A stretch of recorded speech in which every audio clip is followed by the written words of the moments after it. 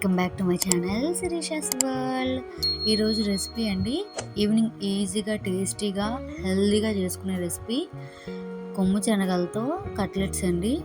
దీనికోసం నేనైతే ముందుగా కొమ్ము శనగల్ని నైట్ అంతా నానబెట్టుకొని ఉంచుకున్నాను. ఈ నానబెట్టుకున్నిటిని ఒక 2 సార్లు వాష్ చేసి కుక్కర్ తీసుకొని కుక్కర్లో అయితే వేసేయాలండి. అలాగే దీంతో నేను ఒక 2 బంగాళదుంపలు తీసుకున్నాను.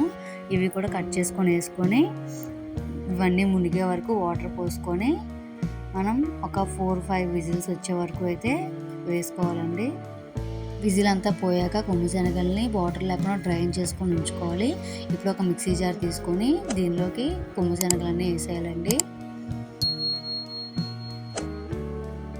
ఇలా వేసాక వీటిలో ఒక 2 పచ్చిమిర్చి, చిన్న అల్లం ముక్కలు వేసి కొద్దిగా సాల్ట్ వేసి మంచిగా గ్రైండ్ చేయాలి. ఇలా గ్రైండ్ చేసింది ఒక బౌల్లోకి ట్రాన్స్ఫర్ చేసుకోవాలండి.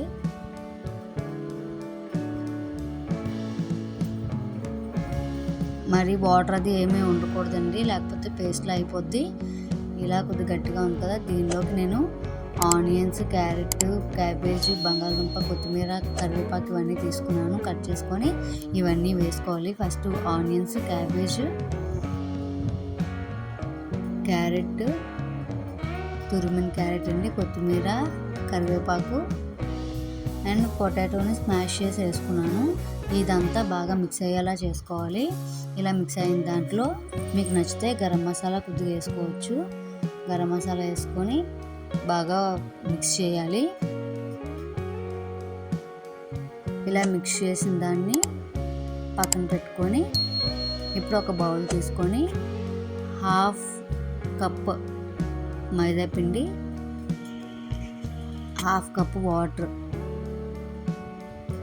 వేసుకొని ఉండలు అవి లేకుండా మంచిగా కలుపుకోవాలి. మరీ పలుచగా కాకుండా మరీ థిక్గా కాకుండా మీడియంగా ఇలా నేను చూపిస్తున్నట్టు ఈ కన్సిస్టెన్సీలో కలుపుకోవాలండి మైదా పిండిని. అండ్ ఇప్పుడు బ్రెడ్ క్రమ్స్ తీసుకుంటున్నాను నేను. పీసెస్ని మిక్సీలో వేసి ఇలా పౌడర్లా చేసుకున్నానండి. ఇవి తీసుకున్నాను.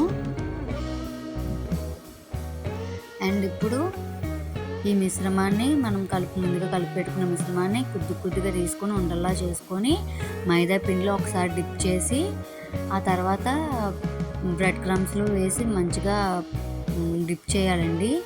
మొత్తం మైదా పిండి అంతా బయట రాకుండా క్లిప్ మిస్ అయింది.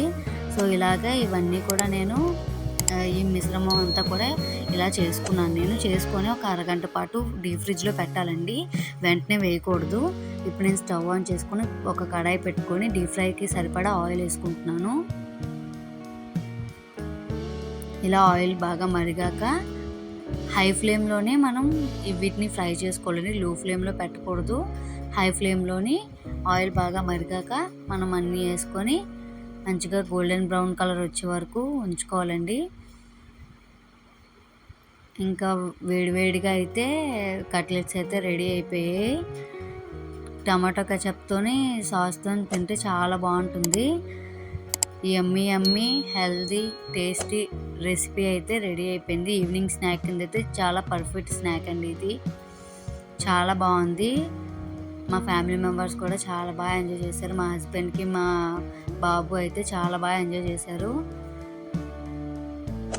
అండ్ వీడియో కానీ నచ్చినట్టయితే లైక్ చేయండి, షేర్ చేయండి, సబ్స్క్రైబ్ చేసుకోండి నా ఛానల్ని. Thank you for watching.